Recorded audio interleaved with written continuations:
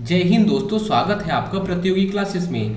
दोस्तों, आज हम लोग हिंदी के एक बहुत महत्वपूर्ण और बहुत सरल वाले टॉपिक पे आए हैं और जिसका नाम है क्या, विराम चिन्ह। और महत्वपूर्ण इसलिए क्योंकि यहाँ से एक टॉपिक की बात नहीं हो रही है, यहाँ पे दो टॉपिक की बात होगी। दो टॉपिक एक साथ कवर होगा। कौन सा? विराम चिन्ह तो होगा ही। जब आप वाक्य शुद्धि करेंगे, वाक्य शुद्धि वाले टॉपिक को देखेंगे, और आपको तो पता है कि वाक्य शुद्धि से 2 से 3 क्वेश्चन पूछे जाते हैं। सामान्यतः 2 से 3 क्वेश्चन पूछे जाते हैं। तो अगर आपको विराम चिन्ह, जो चिन्ह रहते हैं, उनका चिन्हों का उपयोग नहीं पता रहेगा कि इस चिन्ह का, जैसे मान लीजिए ये चिन्ह है तो इस चिन्ह का उपयोग कहाँ पर है, क्यों किया जाता है।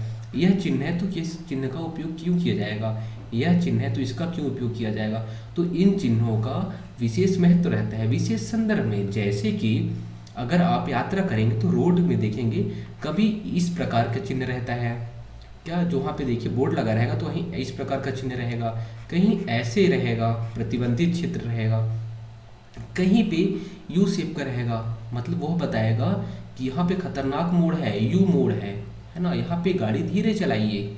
तो देखिए विभिन्न संदर्भों में जिस प्रकार रोड के लिए सड़क यात्रा समय पे विभिन्न प्रकार के चिन्हों का प्रयोग किया जाता है, वैसे जो कवि लेखक रहते हैं उन लोग भी जो चिन्ह रहते हैं, इन चिन्हों का विभिन्न संदर्भों में प्रयोग करते हैं। तो किस चिन्ह का प्रयोग कहाँ पे किया जाता है वह जानना हमें जरूरी है, जो कि हमें वाक्य शुद्धि में बहुत हेल्प करेगा।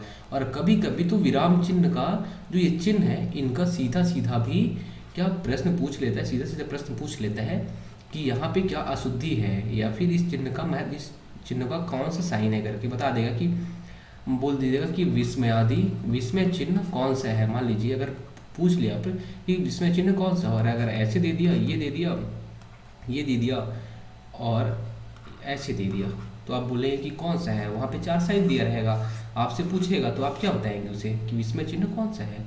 तो ये सारा चीज़ हम लोग इनका उपयोग एक विशेष महत्व में किया जाता है, वो चीज़ें जाननी जरूरी, कहाँ पे किस चीज़ का उपयोग किया जाएगा, किस चिन्ह का उपयोग किया जाएगा, उसको हम लोग देखेंगे।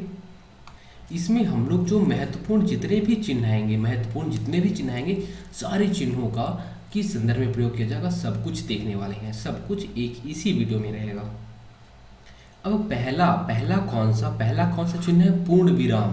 तो पूर्ण विराम चिन्ह कैसा रहता है, ये देखिए ऐसे पूर्ण विराम चिन्ह ऐसे रहेगा। जहाँ पे ये चिन्ह रहेगा तो उस चिन्ह का महत्व कहाँ पे होता है क्या, तो जहाँ पे वाक्य खत्म होता है क्या, वाक्य जहाँ पे खत्म हो वहाँ पे पूर्ण विराम चिन्ह लगा रहता है।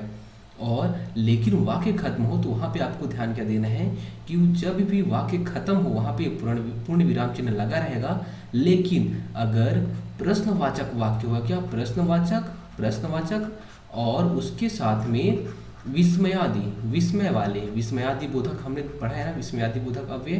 तो विस्मयादि बोधक अगर वहाँ पे वाक्य रहेगा तो वहाँ पे भी ये वाला चिन्ह नहीं लगेगा, यहाँ पे ये वाले चिन्ह नहीं रहेंगे। बाकी अगर जहाँ पे भी वाक्य खत्म होगा वहाँ पे इन चिन्हों का प्रयोग किया जाएगा। इसके उदाहरण हम लोग देखेंगे भी।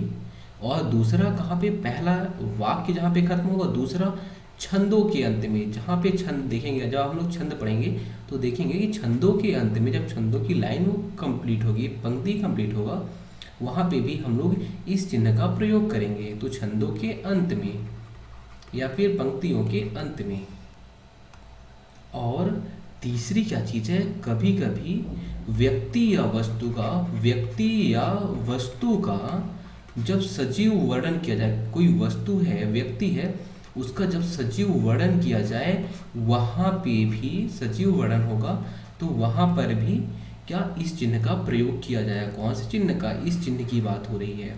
अब हम लोग अगर उदाहरण देखिए, पहला कि वाक्य खत्म होगा, सीधा सीधा, अरे राम अच्छा है, ये वाक्य खत्म हो गया, आपने कर दिया, बस यही हो गया, राम अच्छा है, वाक्य खत्म हो गया। अब छंद पढ़ेंगे जब, तो जैसे कि मान लीजिए छंद में चौपाई है एक कौन सा, जय हनुमान ज्ञान गुण सागर, जय हनुमान ज्ञान गुण सागर। देखिए यहाँ पे खत्म हो गया, आपने क्या कर दिया, ये लाइन लगा दिया यहाँ पे। तो छंद के अंत में पहला वाक्य में, दूसरा छंद में, तीसरा जब व्यक्ति वस्तु का सजीव वर्णन होगा। कैसे कैसे व्यक्ति वस्तु का, जैसे कि पानीदार, क्या पानीदार, पानीदार, बड़ी बड़ी आंखें, बड़ी बड़ी आंखें, बड़ी बड़ी आंखें। देखिए, तो यहाँ पे जब आपने किया पानीदार बड़ी बड़ी आंखें, या फिर आपने बोला ओजस्वी चेहरा, ओजस्वी चेहरा, ओजस्वी चेहरा। देखिए आपने यहाँ पे वर्णन किया, इतना ही, ओजस्वी चेहरा, बस वाक्य खत्म। ये देखिए आपने इसका ये वाला चिन्ह लगा दिया। तो जहाँ पे वाक्य अंत, वाक्य खत्म हो और छंद के अंत में और व्यक्ति और वस्तु का सजीव वर्णन हो, वहाँ पे पूर्ण विराम लगेगा।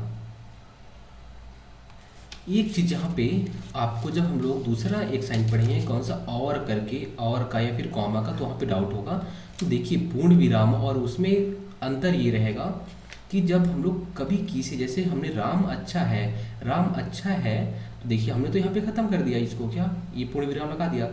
लेकिन अगर हम बोलूँ राम अच्छा है पर श्याम बुरा है, पर श्याम बुरा है, तो यहाँ पर आप इस चिन्ह को नहीं लगाएंगे। किस चिन्ह को, जो ये चिन्ह लगा रहे थे, क्योंकि अब ये संबंध बता रहे हैं राम और श्याम दोनों का। तो जब भी संबंध बताएगा तो वहाँ पे नहीं लगाना है इस चिन्ह को, यहाँ पे अब लगाएंगे आप। तो जब तक वह वाक्य का पूरा अर्थ कंप्लीट नहीं हो जाएगा तब तक आप इस चिन्ह को नहीं लगाएंगे। इसलिए अगर संबंध के बारे में बात हुई, कभी संबंध बताएगा तो वहाँ पे इस चिन्ह को नहीं लगाएंगे। जब वह संबंध पूरा बता देगा तब आपको लगाना है। जैसे राम अच्छा था, केवल इतना ही बस वाक्य था, हाँ तो यहाँ पे लगा दीजिएगा, ठीक। लेकिन संबंध बताएगा तो वहाँ पे नहीं लगाना है। और दूसरा है, दूसरा कौन सा, अल्प विराम, अल्प विराम, अल्प विराम, अल्प विराम। तो अल्प विराम में क्या होगा, इसका मतलब पता, इसका मतलब क्या होगा, पहले जहाँ पे हम लोग थोड़े समय के लिए रुकेंगे। अल्प विराम, अल्प मतलब थोड़ा, विराम मतलब थोड़े समय के लिए रुकना, है ना, इसका अर्थ ये हो जाएगा। तो जहाँ पे हम लोग थोड़े समय के लिए, एकदम थोड़े समय के लिए रुकें, जैसे कि, और अल्प विराम का अगर मुख्यतः बोला जाए तो क्या होता है, जब भी हम इसका उपयोग बोलें तो कब होता है ज़्यादातर, जब भी हम लोग दो या दो से अधिक, दो या दो से अधिक समान पद, दो या दो से अधिक समान पद को हम लोग लिखेंगे, समान पद को हम लोग लिखते हैं तो इसका उपयोग किया जाता है। जैसे कि मैं बोलता हूँ क्या, भारत में धोनी, विराट, शिखर धवन, शिखर हो गया, रोहित अच्छे क्रिकेटर हैं बोलता हूँ, भारत में अच्छे क्रिकेटर हैं। तो देखिए यहाँ पे क्या, धोनी, विराट, शिखर, रोहित, तो एकदम हमने अल्प समय के लिए, एकदम थोड़े समय के लिए रुका यहाँ पे। और देखिए जब क्या, दो से अधिक समान पद हो, अगर दो समान पद रहेंगे तो हम लोग यहाँ पे और जोड़ देंगे, हमेशा और हो जाता है। तो अगर दो से अधिक समान पद रहेंगे तो आप इन चिन्हों का प्रयोग करेंगे, क्या, कॉमा इसे बोलते हैं, क्या कॉमा बोलते हैं, या फिर अल्प विराम।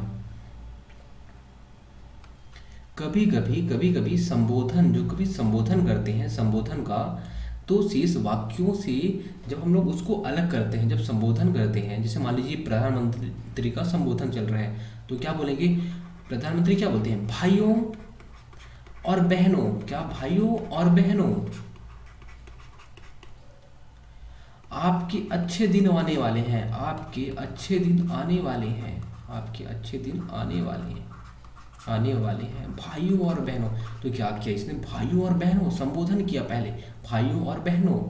तो यहाँ पे अल्प विराम लगेगा, यहाँ पे अल्प विराम लगेगा, ना कि यहाँ पे अल्प विराम लगेगा, ना कि ई वाला संबोधन, भाइयों और बहनों आपके अच्छे दिन आने वाले हैं, कॉमा लगेगा, ठीक है। तो जब भी कोई शब्द हम लोग संबोधन करेंगे और वहाँ पे अन्य शब्दों को, अन्य जो वाक्य का जो दूसरा अंश रहेगा उसे जब आप अलग करेंगे तो वहाँ पे क्या, कॉमा लगेगा। जैसे दूसरा क्या है, राम अब तुम जा सकते हो, अब तुम जा सकते हो।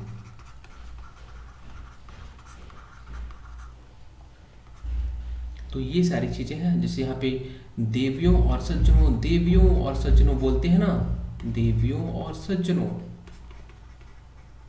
तो हाँ, देवियों और सज्जनों आपके अच्छे दिन आने वाले हैं, यहाँ पे कॉमा लगा दीजिएगा, है ना। तो जब भी संबंध, क्या संबंधवाचक जो वहाँ पे क्या संबोधन की बात होगी, क्या संबोधन रहेगा वहाँ पे, और संबोधन का जब आप अन्य शब्दों से अलग, उनको अलग करेंगे, तो वहाँ पे ये कॉमा वाला शब्द यूज होगा, कॉमा वाला चिन्ह यूज होगा।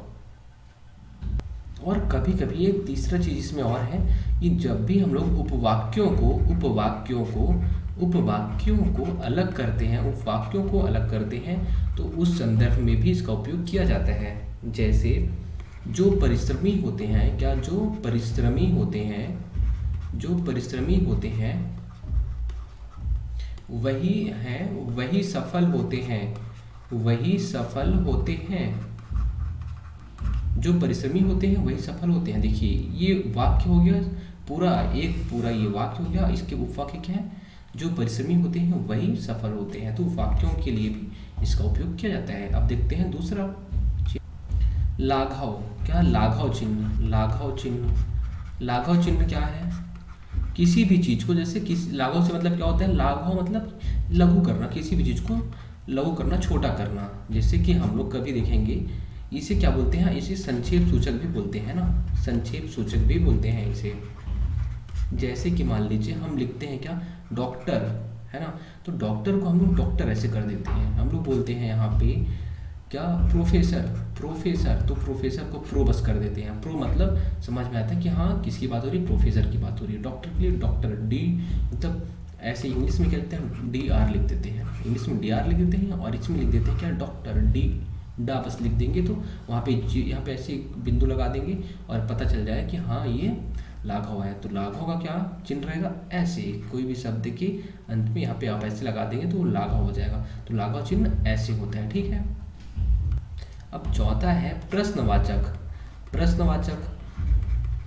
प्रश्नवाचक में कौन से चिन्ह आएगा, प्रश्नवाचक का तो पता है सबको, अगर प्रश्न का बोध होगा तो आप प्रश्न, अगर कोई कौन, क्या, कैसे, ये सारे शब्द आएंगे तो आप इनके बाद में प्रश्नवाचक लगा देते हैं। तो प्रश्नवाचक का तो सबको पता है कि क्या चिन्ह होता है और कब लगाया जाता है। जब भी वाक्य में ये शब्द रहेंगे, कौन, क्या, कैसे, कहाँ, तो वहाँ पे आप प्रश्नवाचक चिन्ह लगाते हैं जहाँ पे प्रश्न पूछा जाता है। एक अभी और ये वाला क्या है, अर्धविराम। अगला जो चिन्ह है अर्धविराम का चिन्ह। तो अर्धविराम का चिन्ह क्या होता है, अर्धविराम का चिन्ह होता है ऐसे एक बिंदु लगाना है आपको, एक बिंदु और यहाँ पे कॉमा, एक बिंदु और कॉमा। यह क्या होता है, यह जो पूर्ण विराम करते हैं, हम लोग पूर्ण विराम करते हैं, तो जितना उसको समय लगता है पूर्ण विराम से कम, क्या पूर्ण विराम से कम और पूर्ण विराम से कम और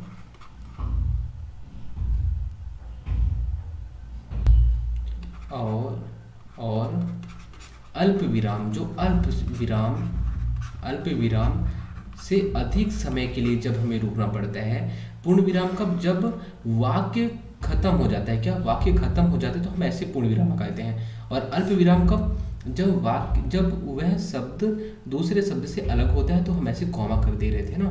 तो जब इनसे क्या बीच का, अगर इससे कम समय लगेगा और इससे ज़्यादा समय लगेगी, है ना, अल्प विराम में एकदम कम समय लगता है और पूर्ण विराम में एकदम ज़्यादा समय लगता है। तो जब बीच का समय लगेगा तो हम लोग लगाएंगे क्या, ये वाला साइन, इसे बोलते हैं अर्धविराम। तो जैसे कि अगर हम लोग एक उदाहरण देखें, महात्मा गांधी ने देश को स्वतंत्र कराने के लिए असहयोग आंदोलन चलाया। तो मैं बोलता हूँ कि महात्मा गांधी ने आंदोलन चलाया।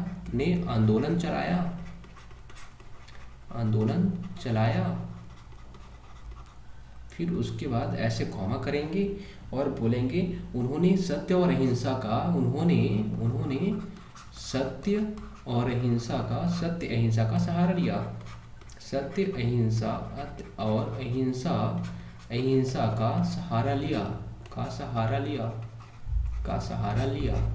तो देखिए यहाँ पे महात्मा गांधी ने आंदोलन चलाया। अब यहाँ पे आप कॉमा नहीं लगाएंगे, कॉमा क्यों लगाएंगे, क्योंकि देखिए दो शब्द यहाँ पे एक ही समान तो है नहीं। जैसे हमने बात की था जब नाम रहते तो दोनों समान रहते हैं ना, दोनों समान अर्थ बताते हैं, मतलब वो जो चीज़ें रहती हैं वो समान प्रतीत होती हैं। जैसे हमने क्रिकेटर की बात की तो एकदम दोनों समान थे ना। यहाँ पे लेकिन आंदोलन चलाया, उन्होंने सत्य और अहिंसा का सहारा लिया, तो कौमा लगेगा। और ये देखिए यहाँ पे आपने पूरा भी नहीं रुका, आंदोलन चलाया लेकिन क्या पूरा रुका क्या? यहाँ पे पूरा वाक्य कंप्लीट हुआ ही नहीं। जब वाक्य कंप्लीट हुआ ही नहीं तो आप यहाँ पे पूर्ण विराम तो यहाँ लगाएंगे, तो पूर्ण विराम यहाँ पे लगेगा। और वाक्य भी पूरा कंप्लीट नहीं हुआ था और आपने यहाँ पे थोड़े समय के लिए रुका, तो आपने यहाँ पे अल्प या अर्ध विराम लगा दिया। और इसका दूसरा एक और है, एक प्रयोग और है। जब भी कभी मिश्रित और संयुक्त वाक्य रहेंगे, क्या मिश्रित और संयुक्त वाक्य, हम लोग इसको वाक्य में पढ़ेंगे ना, इसको मिश्रित और संयुक्त वाक्य। फिर भी हमें इतना पता है कि मिश्रित और संयुक्त वाक्य क्या होते हैं, जहाँ पे दो वाक्य रहें, जहाँ पे दो वाक्य रहें। तो अगर इन दोनों वाक्यों में विरोध प्रकट हो, क्या विरोध प्रकट हो, जैसे कि देखिए दो वाक्य रहेंगे और पहले वाक्य में अलग अर्थ हो, दूसरे में अलग अर्थ हो, मतलब दोनों में विरोध अगर दिखे आपको, तो वहाँ भी ये वाला साइन हम लोग लगाते हैं, वाला चिन्ह लगाते हैं। जैसे कि वह कष्ट सहता रहा, वह कष्ट सहता रहा, ये रहा ऐसे। लोग आनंद उठाते रहे, क्या लोग आनंद उठाते रहे। तो देखिए यहाँ पे वह कष्ट सहता रहा, लोग आनंद उठाते हैं, दोनों एक दूसरे का विरोध कर रहे हैं। एक जगह कष्ट है, एक जगह आनंद है, तो यहाँ पे विरोध हो रहा है, तो वहाँ भी इस चिन्ह का प्रयोग किया जाएगा। ऐसे ही उपविराम में कौन सा चिन्ह, उपविराम अगर आता है तो उपविराम का मतलब क्या होता है, ये कौन सा चिन्ह है, यह है ये, यहाँ पे दो बिंदु जैसे रहेंगे। और इसका प्रयोग अगर पूछा जाए कि कहाँ पे होता है, तो इसका मुख्यतः जो प्रयोग होता है, मुख्यतः वह होता है शीर्षक, जहाँ पे आपको शीर्षक लिखा रहेगा, जहाँ पे आपको आप देखेंगे शीर्षक लिखा हुआ है, वहाँ पे इसका मुख्यतः प्रयोग किया जाएगा। जैसे मैं बोलता हूँ क्या, कामायनी, क्या कामायनी एक अध्ययन, तो यहाँ पे देखिए क्या शीर्षक क्या है, कामायनी और एक अध्ययन, तो यहाँ पे शीर्षक की बात हो रही, कामायनी की है ना, तो ये वाला कौन सा साइन उपयोग किया जाएगा, बिंदु वाला। तो जहाँ पे शीर्षक रहेगा वहाँ पे उपविराम का चिन्ह प्रयोग किया जाएगा। और ऐसे छोटे छोटे और भी बहुत सारे हैं, उन्हें हम देखते हैं एक करके। कभी जब विवरण देना रहता है, इसे बोलते हैं विवरण, इसे विवरण चिन्ह भी बोलते हैं ना, विवरण चिन्ह। अब आप क्या बचपन में जो हमने कभी संदर्भ, प्रसंग, अर्थ जब लिखते थे, पहले कोई गद्य या पद्य रहता था, तो उसमें जब संदर्भ प्रसंग अर्थ लिखते थे तो क्या करते थे, संदर्भ उसके बाद ये देखिए ऐसे करते थे, फिर प्रसंग करते थे, प्रसंग फिर ऐसे लिखते थे, अर्थ ये देखिए ऐसे। तो जब भी किसी चीज़ का विवरण देना रहेगा तो हम इस चिन्ह का प्रयोग करते हैं। जब विवरण देना रहेगा तो इसका प्रयोग करेंगे। ऐसे एक चिन्ह और है, क्या है, क्या बोलते हैं इसे, त्रुटि पूरक, क्या त्रुटि पूरक, या फिर इसे बोलते हैं हंसपाद, क्या हंसपाद चिन्ह है ना, हंसपाद चिन्ह। तो यह चिन्ह कैसे रहता है, यह चिन्ह ये होता है, ये या फिर ऐसे। तो हमने कभी देखा होगा, जैसे हम क्या बोलते हैं कि ताजमहल बहुत सुंदर है। अब देखिए हमने क्या किया, ताजमहल बहुत है। अब और यार हम तो गलती से लिख दिया क्या यहाँ पे, ताजमहल बहुत, और सुंदर लिखना भूल गए। मतलब हमने अगर कोई शब्द को छोड़ दिया, मतलब गलती से छूट गया, वो गलती से वह शब्द छूट गया, तो क्या करेंगे अब, तो हम इस चिन्ह का प्रयोग करेंगे। किस चिन्ह का प्रयोग करेंगे, हंसपाद चिन्ह का प्रयोग करेंगे ऐसे करके, और यहाँ पे लिख देंगे सुंदर, यहाँ पे सुंदर लिख देंगे। तो हंसपाद चिन्ह का क्या उपयोग किया था, जब कोई शब्द छूट जाता है तो वहाँ पे इस चिन्ह का प्रयोग करते हैं। अगला है समानता सूचक, जो समानता को प्रकट करे, समानता सूचक चिन्ह। अब यह कैसे, जैसे मैं बोलता हूँ कि समानता सूचक चिन्ह का क्या साइन होगा, ऐसे रहेगा समानता सूचक चिन्ह। मैं बोलता हूँ दिवस बराबर दिन, आपको पता है दिवस बराबर दिन होता ही है। मैं बोलता हूँ रात्रि का अर्थ क्या होता है, रात होता है। तो जो समानता को प्रकट करता है वह समानता सूचक है ना, इसका बराबर वाला। तो यह मुख्यतः गणित में प्रयोग किया जाता है। वैसे ही कोष्ठक, क्या कोष्ठक, कोष्ठक एक चिन्ह होता है कोष्ठक। अब कोष्ठक 3 प्रकार के होते हैं। छोटा कोष्ठक हमने गणित नहीं पढ़ा होगा इसे, मझला कोष्ठक और ये बड़ा कोष्ठक। तो हिंदी में तो मुख्यतः इसी छोटे कोष्ठक का प्रयोग किया जाता है। जैसे कि मैंने बोला क्या, प्रेषित, मैं क्या बोल रहा हूँ यहाँ पे, प्रेषित, प्रेषित। अब प्रेषित की जगह यहाँ पे कोष्ठक में क्या लिखता हूँ कि पानी वाला, पानी वाला। देखिए दोनों का अर्थ एक ही है, प्रेषित और पानी वाला दोनों का अर्थ एक ही है। तो ऐसा शब्द जिसे कि आप वाक्यांश में आप लिख सकते हैं, लेकिन उससे अलग कर सकते हैं। तो वाक्यांश में जो वाक्य रहेगा उसमें कोई, उसके अर्थ में कोई परिवर्तन नहीं आएगा, वहाँ पे लिख सकते हैं कोष्ठक में, जो कि मुख्य वाक्य का अंश हो सकता है। लेकिन आप इसे अगर हटाते हैं तो वाक्यांश में कोई अर्थ, उसके वाक्य के अर्थ में कोई परिवर्तन नहीं आएगा। और ऐसे ही दूसरा, जैसे कि मैं बोलता हूँ शुक्ल, शुक्ल, शुक्ल, शुक्ल जी, शुक्ल जी अच्छे, शुक्ल जी अच्छे कवि थे, शुक्ल जी अच्छे कवि थे, मान लीजिए बोलता हूँ कवि थे या लेखक थे। तो यहाँ पे शुक्ल जी की साइड में क्या लिख देते हैं, आचार्य रामचंद्र शुक्ल, आचार्य रामचंद्र शुक्ल की बात हो रही है, आचार्य रामचंद्र शुक्ल। तो देखेंगे यहाँ शुक्ल जी तो है, लेकिन यहाँ पे हमने क्या लिख दिया, उनको पूरा बताने के लिए, पूरा अर्थ बताने के लिए आचार्य रामचंद्र शुक्ल की बात हो रही है। तो अगर मैं इसको हटा भी लेता हूँ तो यहाँ पे अर्थ में उसके कोई भी परिवर्तन नहीं आ रहा है, तो कोष्ठक का यही उपयोग होता है। अब हमारे 2 और चिन्ह बचे हैं, 2 और महत्वपूर्ण चिन्ह बचे हैं। कौन कौन से, एक है विस्मय वाला, विस्मयादि चिन्ह है ना, क्या, विस्मय सूचक, विस्मय सूचक। विस्मय सूचक चिन्ह कैसे रहेगा, विस्मय मतलब कि जिसमें हमें आश्चर्य का बोध हो।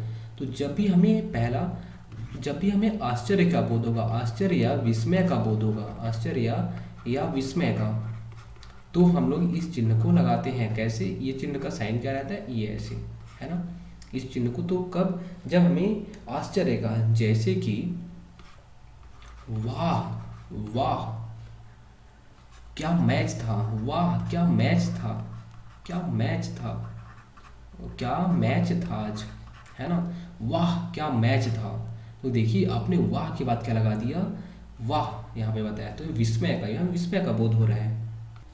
ऐसे ही कभी आज्ञा का भाव देने के लिए, काहे के लिए, आदेश, आदेश का अगर कोई भाव होता है, तो जैसे आदेश का भाव, जैसे मैं बोलता हूँ श्याम, श्याम अब तुम पढ़ो, श्याम अब तुम पढ़ो, अब तुम पढ़ो, श्याम अब तुम पढ़ो। देखिए यहाँ पे क्या किया, उसने आज्ञा दिया, संबोधन किया उसका, है ना, संबोधन किया, श्याम अब तुम पढ़ो। तो श्याम की बात उसने रुका, यहाँ पे श्याम अब तुम पढ़ो। भाइयों और बहनों, अब आपके साथ अच्छा होगा, भाई और बहनों, तो यहाँ भी इसको प्रयोग किया जा सकता है। वैसे ही कभी कभी जो छोटे बच्चे रहते हैं उन्हें आशीर्वाद देने के लिए, छोटे बच्चे जो रहते हैं उन्हें शुभकामनाएं, या अपने से जो छोटे रहते हैं उन्हें शुभकामनाएं देने के लिए भी इसका प्रयोग किया जाता है, शुभकामनाएं के लिए। जैसे तुम चिरंजीव हो, क्या, तुम चिरंजीव हो, चिरंजीव हो, चिरंजीव हो। तो यहाँ भी देखिए इसका प्रयोग किया जा सकता है, किसका, विस्मय का। और कभी कभी मन की जो खुशी होती है, मन में जो आपके अंदर खुशी है, मन में खुशी को भी प्रकट करने के लिए भी इसका प्रयोग किया जाता है। मन में अगर आप खुश हैं, जैसे कि वाह वाह वाह मजा आ गया, वाह कितना सुंदर है, वाह कितना सुंदर बोलते हैं ना, वाह कितना सुंदर है, तो वहाँ भी इसका प्रयोग किया जा सकता है। अब हमारा अंतिम और सबसे महत्वपूर्ण जो है उस योजक चिन्ह, कौन सा, योजक चिन्ह। अब ये योजक चिन्ह जो है, योजक का मतलब आपको पता है कि जोड़ने वाला, क्या, योजक का जोड़ने वाला। और यह बहुत सारी जगह इसका उपयोग किया जाता है, क्या, जो योजक चिन्ह है इसका बहुत सारी जगह उपयोग किया जाता है। इसका जो साइन रहता है वो ऐसे रहता है, कैसे, ये ऐसे। तो जो इसका पहला प्रयोग, अगर हम बोलें कि पहला प्रयोग, इसका हम प्रयोग देखेंगे, उसके साथ में उदाहरण भी देखेंगे। तो कभी कभी इसका प्रयोग 2 शब्दों को जोड़ने के लिए, जब 2 शब्दों के जोड़ने के लिए होगा, 2 शब्दों को जोड़ने के लिए भी होता है, 2 शब्दों को जोड़ने के लिए, जोड़ने हेतु, को जोड़ने हेतु, जैसे कि ऊंच नीच, ऊंच नीच, नीच, लाभ लाभ, हानि लाभ हानि। तो देखिए हम लोग जब कभी दो शब्दों को जोड़ते हैं तो वहाँ पे इस चिन्ह का प्रयोग किया जाता है। वैसे ही कभी कभी आपने देखा होगा, हाँ कभी आपने, जब हमने द्वंद्व समास पढ़ा था, द्वंद्व समास, तो वहाँ पे भी जब दो बराबर की चीज़ें थी, दो बराबर की चीज़, जैसे यहाँ पे ऊंच नीच है ना, ऊंच नीच, तो वैसे ही वहाँ पे दो बराबर की चीज़ें थी, तो वहाँ पे भी हमने किस चिन्ह का, इसी चिन्ह का प्रयोग किया था। कौन से? योजक चिन्ह का। जैसे समास में है ना, समास में भी इसका प्रयोग किया जाता है। कौन से? द्वंद्व समास की बात हो रही है, जिसे हमने देखा था माता, पिता, दाल, रोटी, है ना, तो आदि ऐसे उदाहरण थे जिसमें हमने देखा था कि द्वंद्व समास में भी योजक चिन्ह का, इसी चिन्ह का प्रयोग किया जाता है द्वंद्व समास में। ऐसे ही जब विशेषण शब्द रहेगा, क्या विशेषण शब्द रहेगा, विशेषण शब्द रहेगा, लेकिन अगर वह संज्ञा के अर्थ में प्रयोग हो, क्या संज्ञा के अर्थ में प्रयोग हो, तब भी इस योजक चिन्ह का प्रयोग किया जाता है। जैसे कि लूला, लंगड़ा, भूखा, भूखा प्यासा, भूखा प्यासा। तो देखिए ये जो शब्द है यह क्या है, यह एक तरह से विशेषण के शब्द हैं, लेकिन इनका जो प्रयोग किया जा रहा है वह संज्ञा के अर्थ में किया जा रहा है, तो वहाँ पे इसका प्रयोग, इस चिन्ह का प्रयोग किया गया। ऐसे ही जब एक सार्थक और एक निरर्थक शब्द हो, एक सार्थक और एक निरर्थक शब्द हो, एक निरर्थक शब्द हो, वहाँ पे जैसे हम लोग बोलते हैं रोटी बोटी, रोटी बोटी, चाय वाय, चलो चाय वाय पीते हैं यार, चाय वाय पीते हैं, पानी वानी, पानी वानी। देखिए एक शब्द का अर्थ है और दूसरे शब्द का अर्थ ही नहीं है। वाय का क्या अर्थ है, रोबोटी का क्या अर्थ है, वानी का क्या अर्थ है, लेकिन इन शब्द के बीच में हमेशा योजक चिन्ह जुड़ा हुआ रहता है। ऐसे ही जब कभी दो क्रियाएं साथ में प्रयोग की जाएंगी, जब क्या दो क्रियाएं साथ में प्रयोग की जाएंगी, तो वहाँ पे दो क्रियाएं साथ में प्रयोग की जाएंगी। तो जैसे कि मारना पीटना, क्या मारना पीटना, सोना जगना, सोना जगना। देखिए दो क्रियाएं हैं साथ में अगर प्रयोग की जाएंगी तो उनके बीच में भी योजक चिन्ह रहता है। ऐसे ही जब कभी किसी शब्द की पुनरावृत्ति होती है, जब शब्दों की पुनरावृत्ति हो, शब्दों की पुनरावृत्ति होती है, पुनरावृत्ति, तो जैसे कि घर घर में चोर हैं, मैं बोलता हूँ घर घर में चोर हैं, घर घर में नेता है, तो क्या करते हैं हम लोग, घर घर में नेता है, घर घर में नेता है, ऐसे लिखते हैं, घर घर में नेता है। तो देखिए ये घर और घर, देखिए इसकी आवृत्ति हुई है घर की, तो हमने इसके बीच में योजक चिन्ह जोड़ दिया। और जब भी कभी प्रेरणार्थक क्रिया, क्या प्रेरणार्थक क्रिया, हमने प्रेरणार्थक क्रिया के बारे में बात की, जब हमने क्रिया पढ़ा था तो वहाँ पे प्रेरणार्थक क्रियाओं के बारे में हमने बात की थी।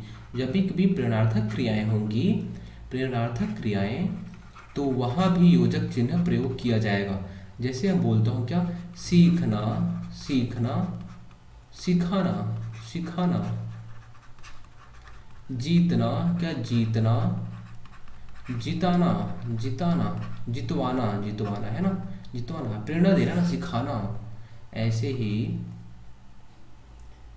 जीतना, जितवाना, गिरना, गिरवाना, गिरना, गिरवाना आदि उदाहरण हो सकते हैं इसके। तो देखिए जब वाना वाला जुड़ा रहता है, वाना आना, देखिए जब जुड़ा रहता है मतलब क्या प्रेरणा किस रूप वह काम कर रहा है, तो हमने इसे देखा था कि इसमें क्रिया में देख चुके हैं हम पहले से ही। और ऐसे ही इसका एक दो और उपयोग, जैसे कि जब भी निश्चित संज्ञावाची, क्या निश्चित, निश्चित या अनिश्चित, अनिश्चित संज्ञावाची, संज्ञावाची विशेषण, है ना, निश्चित या अनिश्चित, अनिश्चित संज्ञावाची, संज्ञावाची विशेषण होंगे, संज्ञावाची विशेषण। अब देखिए विशेषण तो हमने पहले से ही पढ़ रखा है, तो वहाँ भी निश्चित संज्ञा वाले, संख्यावाची ना, सॉरी संख्यावाची, यहाँ पे संज्ञा हो गया, तो संख्यावाची विशेषण जब रहेगा, जब निश्चित संख्यावाची विशेषण रहेगा तो वहाँ पे भी इसका प्रयोग किया जाएगा, निश्चित या अनिश्चित संख्यावाची विशेषण। कैसे, जैसे बोलते हैं हम लोग 10 20, पहला दूसरा, पहला दूसरा, पहला दूसरा, देखिए ये विशेषण है ना, पहला दूसरा, 10 20। ऐसे बोलते हैं अधिक से अधिक, अधिक से अधिक उपस्थित हो जाइए, अधिक से अधिक, अधिक से अधिक। तो आदि संदर्भों में इनका उपयोग किया जाता है। और जो अंतिम बचा है, अंतिम इसका प्रयोग कहाँ पे किया जाएगा? जब भी कभी संबंध कारक चिन्ह, जो संबंध कारक चिन्ह होते हैं, संबंध कारक चिन्ह का लोप करें। क्या? संबंध कारक चिन्ह, संबंध कारक चिन्ह कौन से? का, के, की का लोप कर दें, इनका लोप कर दें, तो फिर इन चिन्हों का प्रयोग किया जाता है। किस चिन्ह का? इस चिन्ह का। जैसे हम लोग बोले कि राम नाम, राम नाम। अब यहाँ पे हम लोग क्या करते थे? राम का नाम कर सकते थे, राम का नाम। वैसे ही संत मत, संत मत, देखिए अर्थ वही है, संत मत, संत का मत, संत मत। वैसे ही मानव शरीर, मानव शरीर, यहाँ भी पता चलेगा ये जो मानव का शरीर की बात हो रही, मानव का शरीर, तो यहाँ पे देखिए क्या कारक जो था संबंध वाला, संबंधवाचक कारक, वह लुप्त हो गया और यहाँ पे ये चिन्ह आ गया। अब अंतिम एक छोटा सा बचा हुआ है, एक छोटा सा, कौन सा? उद्धरण, उद्धरण, उद्धरण, उद्धरण, उद्धरण। क्या? सॉरी यहाँ पे रण होगा ना, ये क्या रण होगा? तो उद्धरण, उद्धरण चिन्ह, चिन्ह यह दो प्रकार का होता है। पहला होता है, कभी देखेंगे हम लोग किसी शब्द में ऐसे लिख देते हैं, क्या? किसी शब्द या वाक्य में ऐसे चिन्ह लगा हुआ रहता है वाक्यों में, और किसी किसी वाक्यों में ऐसे लगे हुए होते हैं। क्या? ऐसे किसी किसी वाक्य में ये चिन्ह लगे हुए होते हैं। तो इस चिन्ह का और इस चिन्ह का क्या मतलब है? इसे बोलते हैं इकहरा। क्या? इकहरा, इकहरा उद्धरण चिन्ह। और इसे बोलते हैं हम लोग दोहरा उद्धरण चिन्ह। क्या? इसे बोलते हैं इकहरा उद्धरण, उद्धरण चिन्ह, और इसे बोलते हैं दोहरा, दोहरा उद्धरण चिन्ह। तो जो ये इकहरा उद्धरण चिन्ह है, इसका प्रयोग कहाँ कहाँ पे किया जाता है? अगर बोला जाए कि इसका प्रयोग कहाँ पे किया जाता है, तो कभी देखेंगे लेखक का उपनाम। क्या? लेखक का उपनाम, लेखक का उपनाम, पुस्तक, पुस्तक, जैसे यहाँ पे कोई नाम है या फिर उसे पुस्तक कर दिया, यहाँ पुस्तक, जैसे जयशंकर प्रसाद की पुस्तक, जयशंकर प्रसाद आपने लिख दिया, और पुस्तक यहाँ पे क्या कर दिया? कामायनी कर दिया, कामायनी, है ना। तो पुस्तक। वैसे ही समाचार पत्र, समाचार पत्र में भी समाचार पत्र, लेख, लेख का शीर्षक। क्या? लेख का शीर्षक, लेख का शीर्षक। तो यहाँ पे जैसे लेखक का उपनाम हो जाएगा, पुस्तक हो जाएगा, समाचार पत्र हो जाएगा, लेख का शीर्षक, वहाँ पे इन शब्द का जो ये चिन्ह है, इस चिन्ह का प्रयोग किया जाएगा। जैसे कि मैं बोलता हूँ दैनिक भास्कर। क्या? दैनिक भास्कर, दैनिक भास्कर, तो आप ऐसे करेंगे दैनिक भास्कर। लेकिन इसमें अगर आप दोहरे वाले में बोलेंगे कि दोहरे वाले में क्या है, तो इसका उपयोग एकदम सीमित है। कहाँ पे? इसका उपयोग मुख्यतः शीर्षक में होता है। किसमें? शीर्षक में। या फिर कभी कभी क्या होता है, जो हम लोग किसी कथन को, किसी महान कथन को, कथन को अगर हम लोग कथन को वैसे ही उसी रूप में लिख देते हैं, जैसे हम लोग बोलते हैं क्या? महात्मा गांधी जी ने कहा था करो या मरो। महात्मा गांधी ने कहा, महात्मा गांधी ने कहा, महात्मा ने कहा, मान लीजिए महात्मा ने कहा करो या मरो, करो या मरो, करो या मरो। तो देखिए आपने क्या किया? करो या मरो, तो वैसे इस चिन्ह को वैसे ही लिख दिया आपने। तो क्या किया? उनके कथन को जब आप रिपीट करेंगे, उसी जैसे लिखेंगे, तो आप इस चिन्ह का प्रयोग करें। जिस कथन को आप लिखेंगे उनके बीच में इस चिन्ह का प्रयोग किया जाएगा। वैसे मान लीजिए कोई किताब है, कोई कथन है, और उसको भी अगर लिखना होगा तो वो भी इसी चिन्ह का प्रयोग किया जाएगा। तो क्या यहाँ पे ये शीर्षक जो है, यह शीर्षक, ये शीर्षक नहीं, मतलब इसकी इकहरे वाले की बात हो रही थी, तो इकहरे वाले में अगर शीर्षक आता है, शीर्षक वाली चीज़ रहती है, तो इकहरे में आएगा। और अगर कथन, उसी कथन को हम लोग लिख रहे हैं, तो वो हो जाएगा किसमें? वह हो जाएगा दोहरे, दोहरा उद्धरण चिन्ह में। और जैसे कि हमने एक चीज़ यहाँ पे आपने ध्यान दिया होगा, क्या ध्यान दिया होगा, इकारा उद्धरण चिन्ह, इकारा उद्धरण चिन्ह, और हमने क्या किया, दोहरा कर दिया और मैं बोल दिया कि ये हो गया दोहरा उद्धरण चिन्ह। तो जब आप एक दो शब्द को लिख के, एक दो शब्दों को लिख के आप अगर ऐसे ऐसे लिख देते हैं, कभी कभी होता नहीं है कि जब देख रहे हैं कि वही चीज़ कॉमन है, दोनों एकदम कॉमन है, तो आप ऐसे करके इस रूप में लिख देते हैं, ऐसे करके, ऐसे जैसे कि राम अच्छा लड़का है, राम अच्छा लड़का है, लड़का है, श्याम श्याम अच्छा लड़का है, सुंदर सुंदर अच्छा लड़का है। अब सभी में अच्छा लड़का है तो आपने क्या किया, ऐसे कॉमा कर दिया। तो जो ये चिन्ह है, इस चिन्ह का भी प्रयोग किया जाता है, इसे बोलते हैं लोप चिन्ह। क्या, लोप चिन्ह। तो दोस्तों हमने चिन्ह वाला जितने भी इम्पोर्टेंट चिन्ह हैं, सारे चिन्हों को और उनके उदाहरण सहित भी हमने काफ़ी डीप में देखा है, जहाँ जहाँ पे जैसे जैसे उपयोग किए जाते हैं। तो ठीक है दोस्तों, मिलते हैं अगले वीडियो में। Bye, take care.